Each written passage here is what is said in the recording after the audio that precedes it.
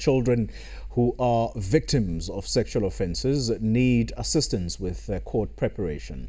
Now, most of the children affected choose to testify in private as prescribed by law. The Department of Justice is tasked with making sure that there is greater assistance to prepare children for court appearances when they do have to appear. Joining us now is Advocate Dorah Ngobeni, and my understanding is that she is with the Justice Department. Advocate, thank you very much for joining us. Let me start off with this question. How are children prepared for court? Thank you, Xoli, and good morning to the viewers. The preparation of children in court is twofold. Yeah.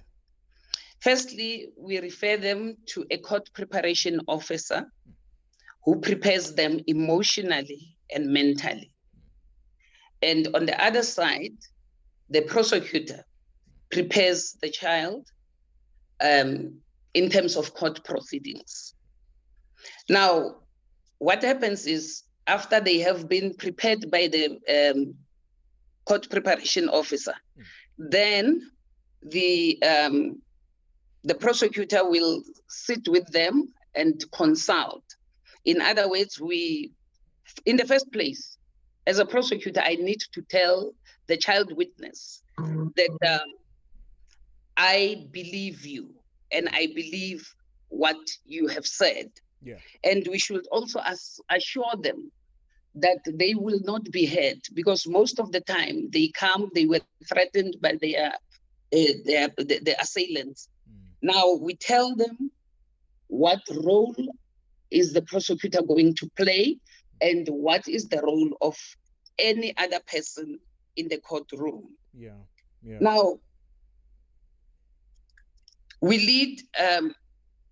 I inform the child that I will lead you to tell the court what happened to you, and to tell the court to tell the child that he must explain or she must explain in detail as to what happened to her, because the court was not there, I was not there, and nobody was there, and she must feel free to paint a good picture of what happened to them. Yeah, can I just interrupt you there for a sec?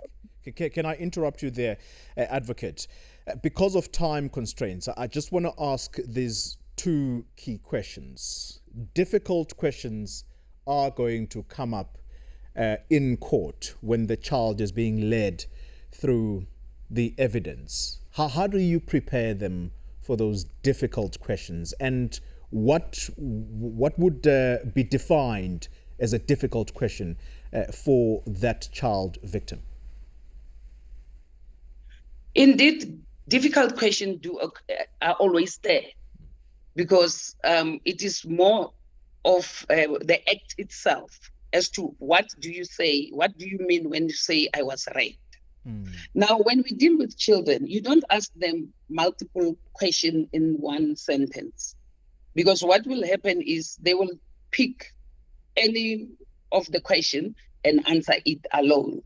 So we break the questions in a manner that the child will understand, and we speak to them in a very simple and clear manner. And also, when it comes to the difficult question, normally they will explain to you what happened, the sequence of events. They do not have a problem with that. But when it comes to the rape itself or the sexual assault itself, they start to close up. Yeah. We do have anatomical dolls, which have the genitals of a female and a male, and a male person.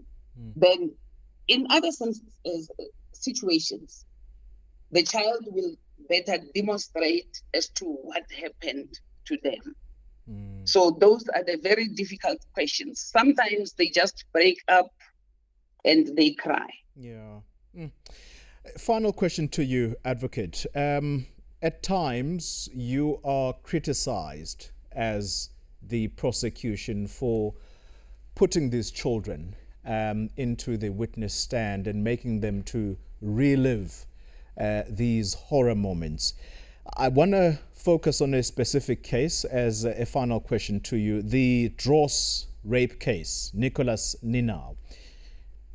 How important was it for that 8-year-old girl, as she was at the time, to testify in this case, which indeed proved to be very credible, her evidence in court? Xoli, it is so that normally we want to prevent or avoid secondary trauma on the victims by testifying in court. But it is unfortunate that in such cases, the secondary trauma is unavoidable. They need to come. Remember, they are the complainants themselves. They are victim complainants. So we need to know what is it that happened which led them to come to court. So after they've been prepared and on that issue. So in the event of difficult questions and the criticism that came up, I would say in cases which attract community interest, the community will want their wishes to be effected in court.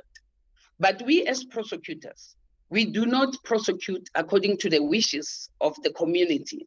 We prosecute according to the interest of the community. And the wishes and the interest will come later. They will play a role when coming to sentencing. Yeah.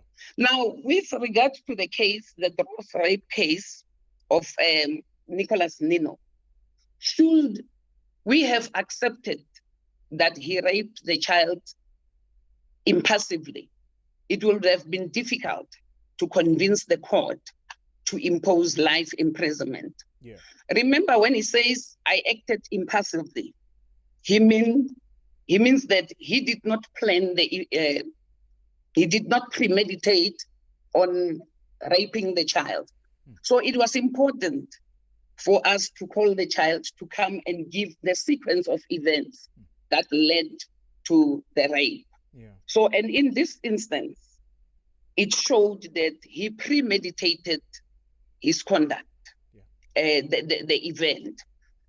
By premeditation, we mean a person carefully calculating that he will commit an offense and he will be able to get away with that. All right. So it was necessary to call the child in that aspect.